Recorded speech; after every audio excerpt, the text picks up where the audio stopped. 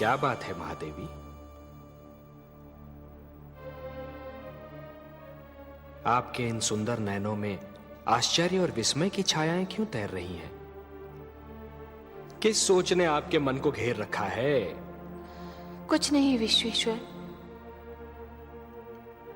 यही सोच रही थी कि यदि चित्रकार के बनाए चित्र को कोई बिगाड़ दे तो क्या उसे तनिक भी चिंता नहीं होगी? यदि कोई शिल्पकार की बनाई मूर्ति को तोड़ने की चेष्टा करे तो क्या उसे तनिक भी दुख नहीं होगा? यदि कोई चित्रकार अपना चित्र किसी को उपहार में दे दे तो उस चित्र को संभालना उपहार पाने वाले का कर्तव्य है। कोई शिल्पकार अपनी मूर्ति किसी को भेंट दे दे तो उस मूर्ति की देखभाल करना भेंट पाने वाले का कर्तव्य है। वैसे हम समझ गए कि आप पूछना क्या चाहती हैं। आप तो अंतर्यामी हैं। लगता है आप हमारी धरती पर घटने वाली घटनाओं से पीड़ित हो उठी हैं। हाँ पद्मनाभ, मैं बहुत दुखी हूँ। क्यों हो रहा है ये सब? क्यों मचा है ये हाहाकार? प्रेम बनाया था तो घृणा क्यों बनाई? जो हो रहा है हो सकता है वो वही हो जो स्वयं विधाता ने लिखा हो। और अपना लिखा तो स्वयं विधाता भी नहीं मिटा सकते ना। हे महादेवी, हो सकता है कि यह मानव की परीक्षा हो, उसके कर्मों की परीक्षा हो।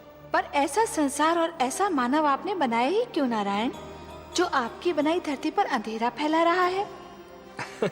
तो आप क्या चाहती थीं कि हम केवल दिन बनाते और रात्रि न बनाते? फिर मानव को अंधेरे उजाले का अंतर कैसे जान पड़ता? विष न होता तो अमृत की महत्ता कैसे जानी जाती? पुष्प के साथ कांटे न होते तो पुष्प के सौंदर्य को कौन जान सकता? पतझड़ न आती तो वसंत ऋतु इतनी सुहानी कैसे लगती? हमने मानव को बनाया है देवी। मानव इतिहास को बनाने का कार्य हमने अपने हाथों में नहीं रखा, वो तो उसी पर छोड़ दिया है। अभी तो उसे अपनी शक्ति का आभास हुआ है। इसी से उसे न्याय अन्याय, सत्य असत्य, धर्म अधर्म और पाप और पुण्य की जानकारी भी होगी। हमने बुद्धि दी है मानव को, विवेक दिया है उसे। और यदि मानव ने विवेक से कार्य नहीं किया तो?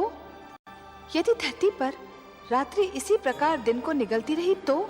अंधकार प्रकाश को डसता रहा तो? तब क्या करेंगे आप? चिंता मत कीजिए देवी। यदि असत्य और अधर्म अपनी सीमा को पार कर गए, यदि धर्म की हानि होने लगी, तो हम स्वयं धरती पर जाएंगे। हम वचनबद्ध हैं। परित्राणाय साधूनाम विनाशाय च दुष्कृताम धर्म संस्थापनार्थाय संभवामि युगे युगे। अपनी लीला तो आप ही स्वयं जानते हैं पद्मनाभ।